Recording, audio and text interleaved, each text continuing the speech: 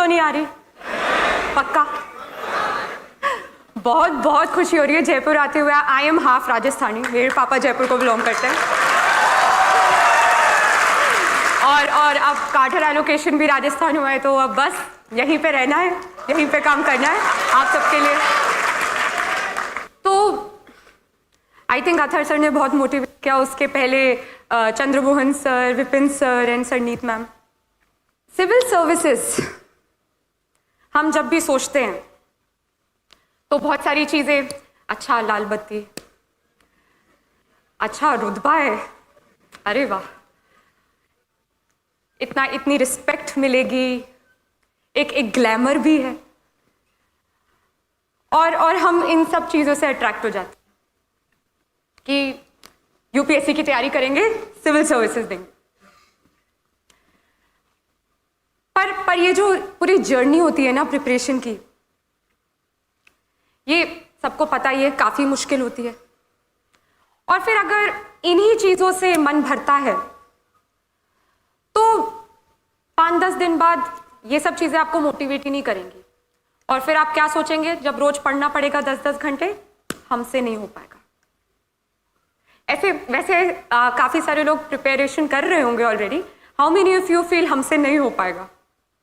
ये फीलिंग आती किस किस को है? अरे सच बताओ, किस किस को लगता है कि हर दूसरे तीसरे दिन ऐसा ख्याल आता है, नहीं हो पाएगा, बहुत मुश्किल है, हमसे नहीं हो पाएगा? नहीं, ये सच बता रही हूँ, ये सबको लगता है, ये मुझे हर दूसरे तीसरे दिन लगता था। Everybody feels this way.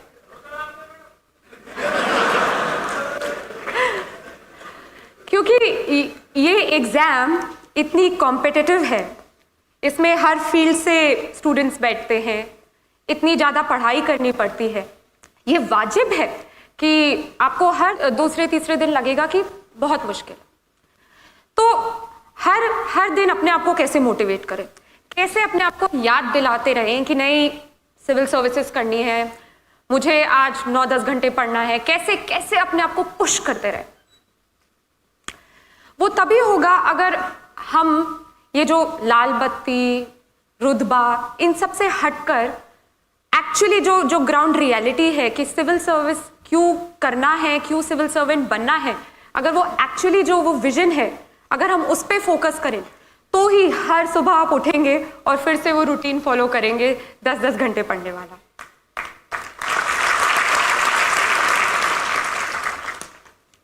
हम रोज अखबार पढ़ते हैं, सिविल सर्विस एस्पिरेंट्स तो पढ़ते हैं अखबार। कितने लोग अखबार पढ़ते हैं?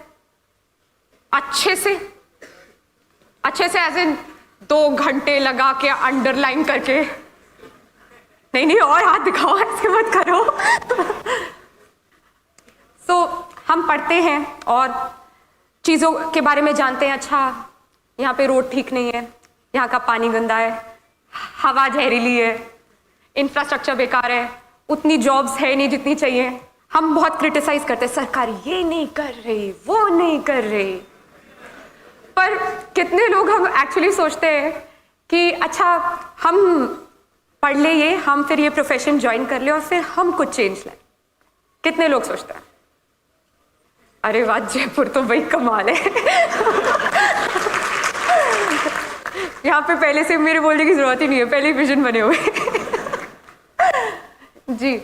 सो अगर आप हर दिन जब अखबार पढ़ते हैं और इन सब मुद्दों पर सोच विचार करते हैं, तो फिर हर दिन आप मोटिवेटेड रहेंगे। अगर आप में वो चाहत है कि जब मैं सिलेक्ट होकर सिविल सर्वेंट बनूं, मैं कुछ बदलाव लाऊं अपने एंड पे, जो मैं क्रिटिसाइज करता रहता हूं, कंप्लेन करता रहता हूं, करती रहती हूं, अगर मैं सिलेक्ट होकर मैं कुछ चेंज ला सकूं, तो आप बिल्कुल सही रास्ते पे चल रहे हैं।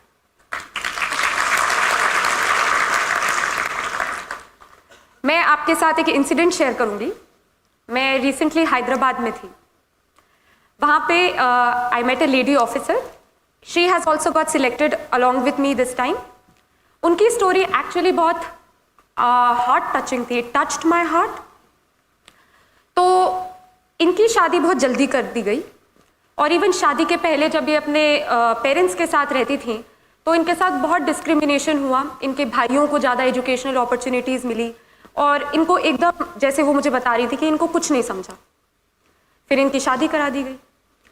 शादी करा दी गई तो हस्बैंड ने कुछ नहीं समझा, इन लॉज ने कुछ नहीं समझा। उनका बहुत मन था कि वो सिविल सर्विसेज एग्जाम दे, पर कोई सपोर्ट ही नहीं था।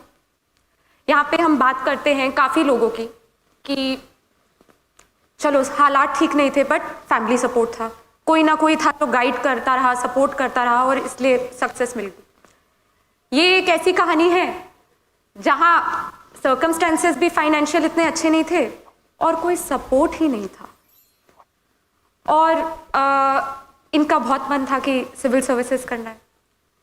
तो कैसे भी लड़ झगड़ के फर्स्ट अटेम्प्ट दिया, नहीं हुआ। एंड पेरेंट्स ने बहुत सुनाया, इन लॉज ने बहुत सुनाया, हस्बैंड का तो कोई सपोर्ट ही नहीं था, पर इनमें बहुत चाहत थी कि नहीं, मैं देश के लिए कुछ करना चाहती हूँ, मुझे सिविल सर्विसेज करना है, मुझ में वो पैशन है। इन्होंने दूसरा अटेम्प्ट दिया, फिर भी नहीं। तीसरा अटेम्प्ट दिया, फिर भी नहीं हुआ। रिश्तेदार पता ही कैसे होते हैं, सुना के उनको इतना परेशान किया। उनका हस्बैंड उनसे अलग रहने लग गया। फोर्थ अटेम्प्ट दिया, फाइनली हो गया, इंडियन फॉरेन सर्विस। एंड हम इस फायर, इस पैशन की बात कर रहे हैं जो चाहिए इस एग्जाम को क्लियर करने के लिए। इतनी इतनी इतनी इतनी हिम्मत चाहिए कि चाहे कोई भी ऑड हो, कोई भी कठिनाई हो, कोई भी डिफिकल्टी हो, आप कर सकते हैं। देखिए, ना ही वो कोई रईस खानदान से थी और फैमिली सपोर्ट नहीं था, हस्बैंड आपसे अलग रहने लग गया। सोचिए किस परिस्थिति में दिया, और चौथे अटेम्प्ट में। तो ये this is the passion we are talking about. Michael Phelps का नाम सुना है आप सबने? तो बीजिंग ओलंपिक्स जब हुए थे, उसके जस्ट आप समझ लीजिए 1-2 महीने पहले की बात होगी, उनका एक्सीडेंट हुआ।